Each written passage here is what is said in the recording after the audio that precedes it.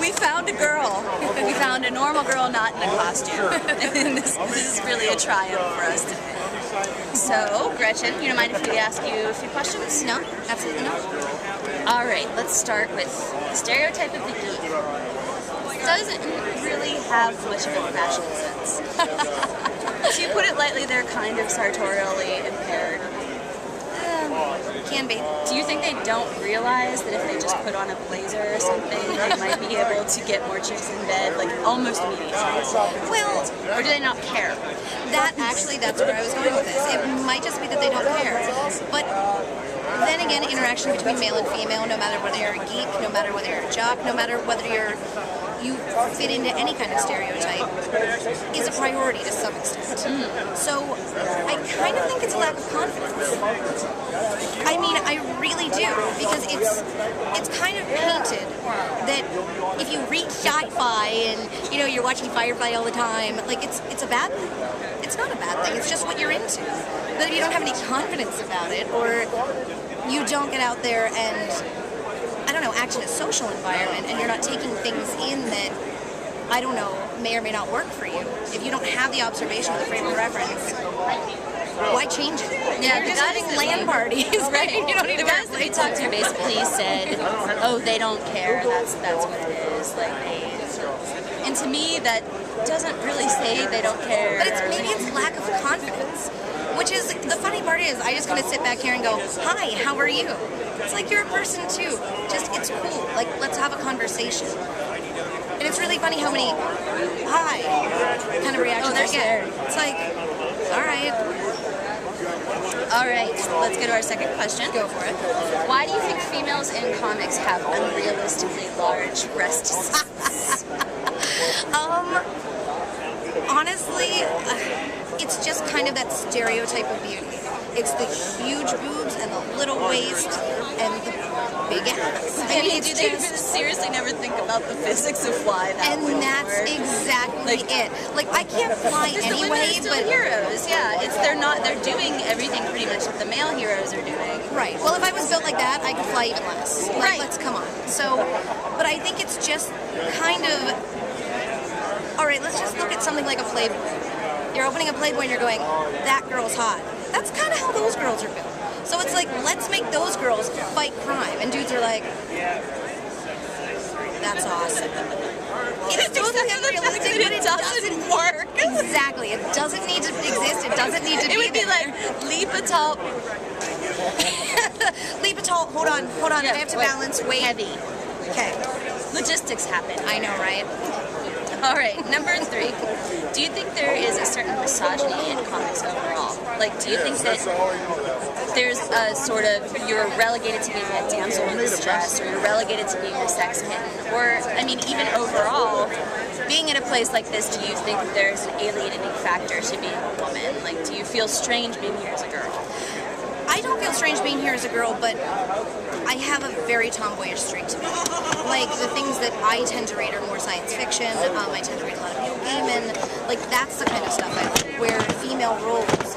I mean, I'm looking at someone like Death, who's a very strong figure, but a very gentle figure. But she's not unrealistic. She's not that ridiculously proportioned superhero. Right.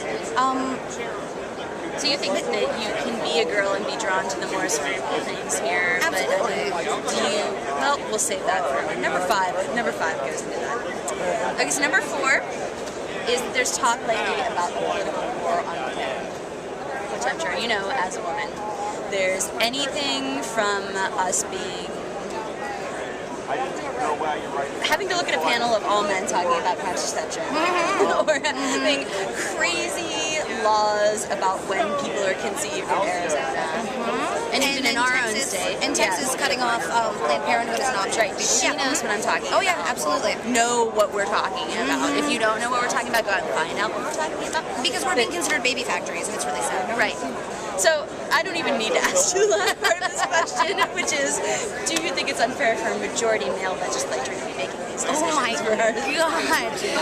It's just funny, because I've always told people, when people are like, I'm pro-life, or I'm pro-choice, or I'm just like, you know what, I've never been in the position, and I could be, but I never have, so I can't judge anyone. for someone who will never be in that position, physically cannot be in that position, to make that choice for me or for anyone else is absolutely absurd, and it's absolutely, it's terrifying to me. I don't understand when I went from a person to being an incubator. Like, that's the only thing I'm good for. I don't think, I don't contribute. I just house babies.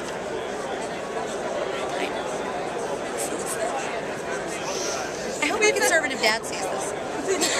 You can send it to him. Please do. Alright, so the last one is kind of two-pronged. And, is this your first one? No. No? How many have you been to? I've been to a couple of Steel City cons. I actually worked on a couple of years ago. Cool. So, have you ever had a romance at a con? I absolutely have not. Wow, wonderful. Absolutely. For you having avoided that, because it ties into the next part of the question, is that don't you think this is a little bit of a scary environment for women?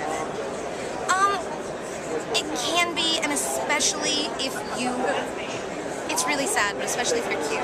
Because I watch these girls walking by, and I'm just like, oh, she's adorable. And I see men just like, It's like blood in the water. it Like, really is. you Like, can the actually sharks watch smell it, and they'll waves follow of from a faces. distance.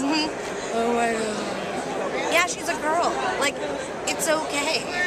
So, but you can't really just come here and be an artist. You can't really just come here and be a writer, because no matter what, you're a female. So when you're being viewed, you're a female first, and then maybe you do something beyond that. Well, and the funny part is, a couple years ago when I was actually behind a table selling things, I'd be like, hey, how are you? I'm good. I'm like, oh my, I'm sorry. Do I need to cover? I don't know what to do. I don't know what to do. Like, I'm a Then when female you're person. mistaken for a booth babe, Yeah, like, and you I'm have to be like, I can't tell you how many times that happened to me, even though I don't even dress like that. Exactly. But people would walk up and they would be like, oh, who wrote this? And I would be like, I did. Like, sort of these looks of just not understanding. Yeah, no. Exactly. But it's like, well, I just want to talk to you. I'm not scary. I just want to talk to you. It's okay. The artists are really fun, but sometimes the people approaching the table, you're like, no, I just want you to buy things. Like, I want you to enjoy this product. Bye. All right, lost it. Never mind. Sorry. Bye. Basically, if they put on blazers, they would feel better. Seriously. Get a blazer. Thrift store it, for God's sake. Thank you so much, Gretchen. It's been a delight. Thank you, sweetheart.